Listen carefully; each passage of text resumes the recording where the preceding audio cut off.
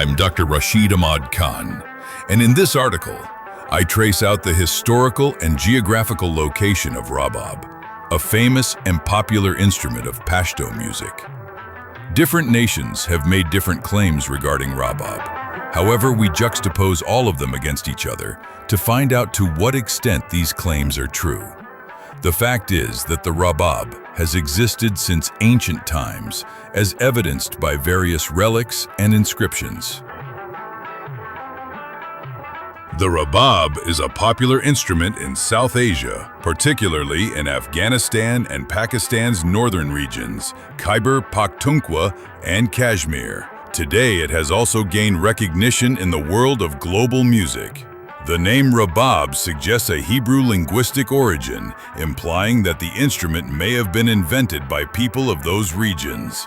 However, to date, no one has definitively proven who invented it, where it came from, or to whom it truly belongs. This article aims to explore the unknown history of the Rabab. In Pakistan's Khyber Pakhtunkhwa and Afghanistan's Nangarhar, Paktika, Kandahar, and Kabul, the instrument is called Rabab. In northern Afghanistan and Iran, it is known as rubab as well. In China, a similar instrument to the Chitrali sitar is called rawap. If we consider the linguistic perspective, the B sound in our languages often changes to W in Chinese languages. Hence, rawap is essentially the same as rabab. In Arabic, it is referred to as rubab. Likewise, in European countries, especially in Latin, it is known as rebec. Considering all this, it becomes clear that Rabab has become a disputed instrument, with everyone claiming it as their own.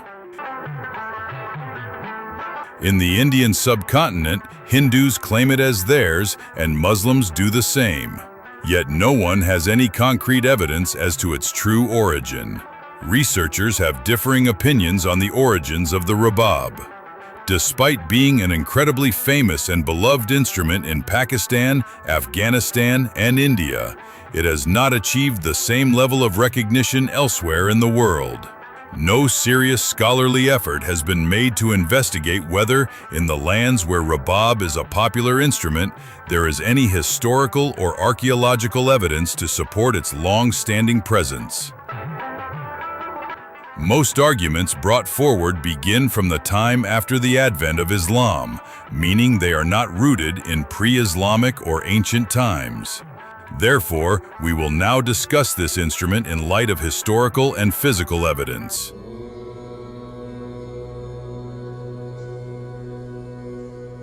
In the Vedic-era texts, Rig Veda, Yajurveda, Samaveda, Atharvaveda, Mahabharata, and Ramayana, various instruments are mentioned.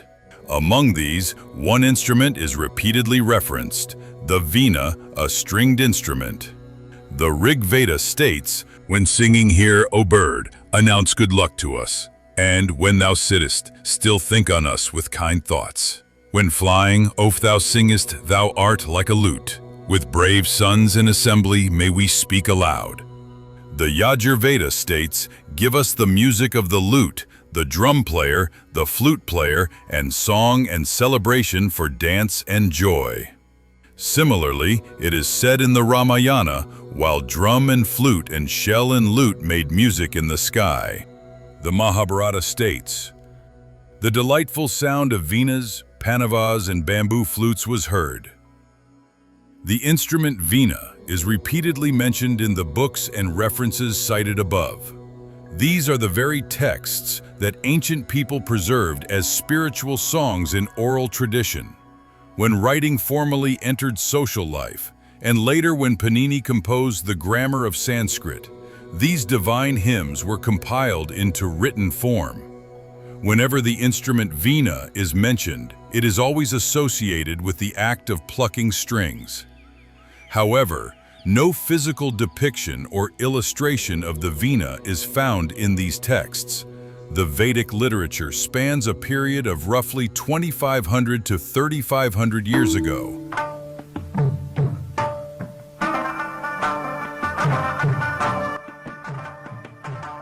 after which the Gandhara civilization emerged. It is worth noting that the structure of Gandhara civilization was formed through the fusion of various cultures, including Greek, Roman, Persian, Chinese, and the indigenous Aryan cultures of this region. Similarly, the art of sculpture began in the 1st century during the Kushan era. Through these sculptures, the teachings of Mahatma Gautama Buddha were disseminated. Hence, alongside scholarly progress, one can also assess the cultural awareness and civilization of that time through these sculptures. The musical instruments mentioned in the Vedic texts appear in sculptural form in Gandhara art. In India, followers of Hinduism consider the instrument known as Veena to be similar in structure to the sitar. But this sitar is different from the Chitrali sitar. Its appearance closely resembles that of the Indian tanpura, as can be seen in the accompanying image. Hindu scholars claim that this is the same Veena instrument mentioned in the Vedas, but they have no concrete evidence to prove that this is indeed the same instrument referred to in those ancient scriptures. However, this can be inferred from the sculptures and inscriptions of Gandhara. The reason is that the instrument known as Veena by the Hindus is not found in Gandhara sculptures. Instead, the instrument that is repeatedly mentioned in the inscriptions of Gandhara resembles the modern Rabab. This is the very instrument that we now call Rabab. From this, it becomes evident that the Veena mentioned in the Vedas is in fact the same instrument, Rabab, which over time underwent a change in name from Veena to Rabab. This is the very Veena which, when Islam entered India, became known as Rabab due to the influence of the Arabic accent. Surendra Mohan Tagore, a master of Bengali music who also authored books on the subject, has written in several places in his book Yantra Kosh that Rudra Veena and Rabab are the same instrument.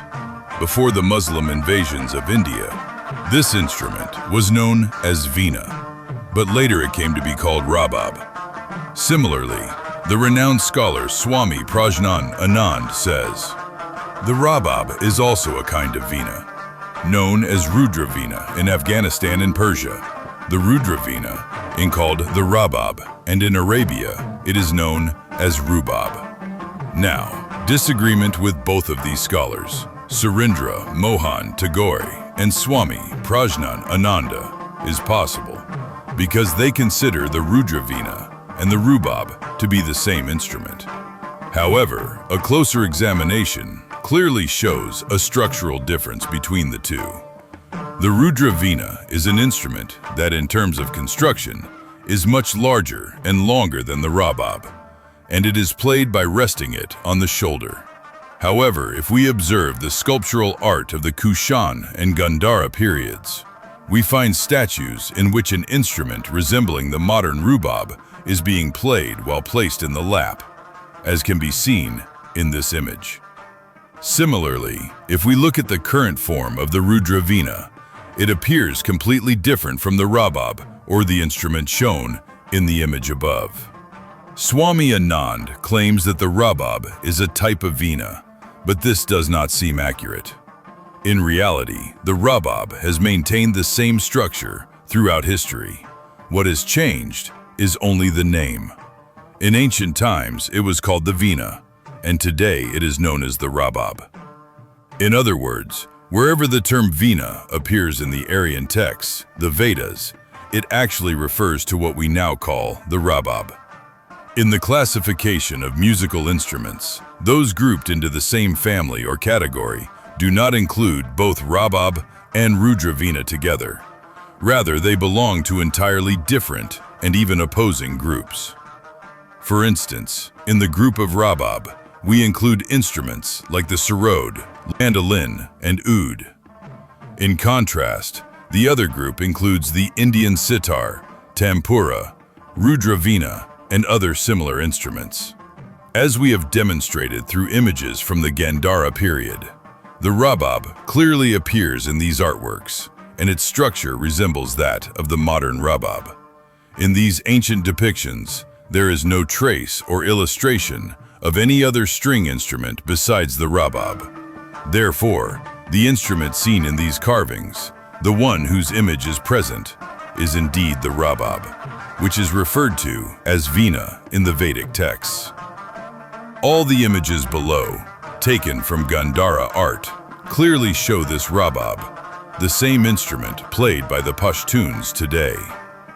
These two images, one from the Swat Museum and the other from the Peshawar Museum, clearly depict the shape of the rabab. This leads us to the conclusion that the Vina was in fact this very rabab. The fact is that the rabab has existed since ancient times, as evidenced by various relics and inscriptions. However, Indian musicians made a significant scholarly error by not recognizing the Vina mentioned in the Vedas as the rabab. They should have accepted that the Vina was indeed the same instrument as the rabab. Instead, they assigned the name Vina to an entirely different instrument. As a result, the original rabab, which was the true Vina, lost its rightful historical place. Another point worth considering is that some people claim that the instrument known as the oud was brought here by the Greeks around 2,500 years ago, and that this instrument later became known as the rabab.